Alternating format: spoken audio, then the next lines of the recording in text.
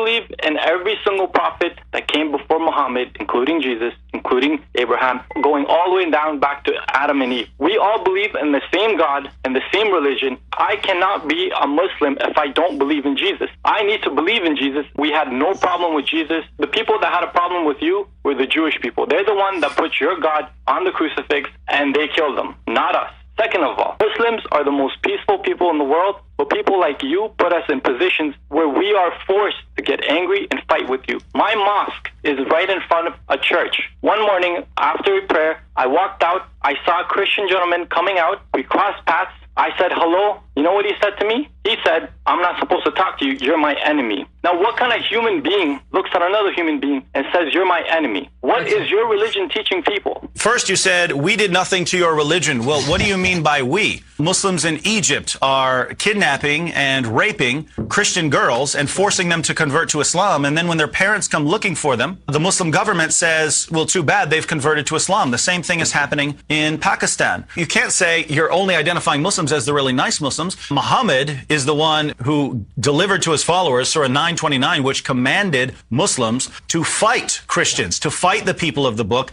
specifically because of our beliefs. Muslims marched throughout the Middle East. Muslims marched across North Africa. Muslims marched up into Europe. Muslims marched all the way over to India. Were Christians killed? Yes. Were they killed by Muslims? How can you say we've done nothing to you? Second, you say we believe in every prophet, including Jesus. We're asking whether you believe in the true Jesus. If you say you believe in some Jesus who walked around saying, hey, I'm just a prophet, just worship God, what we're saying is that Jesus never existed. The only Jesus we have any evidence for is a man who came into this world, constantly made claims that everyone around him was interpreting as claims to be divine. There were people who bowed down and worshiped him as Lord, and there were people who said, we have to kill this man because he's claiming to be God. How dare he? We have no evidence of anyone saying in the first century, no, this guy's just claiming to be a prophet. If I'm going to believe in Muhammad, I have to believe in the true Muhammad, and we're saying you do not believe in the true Jesus. Third, you said Muslims are the most peaceful people in the world. Why is it that every time there's a terrorist attack, almost every time there's a terrorist attack in the world,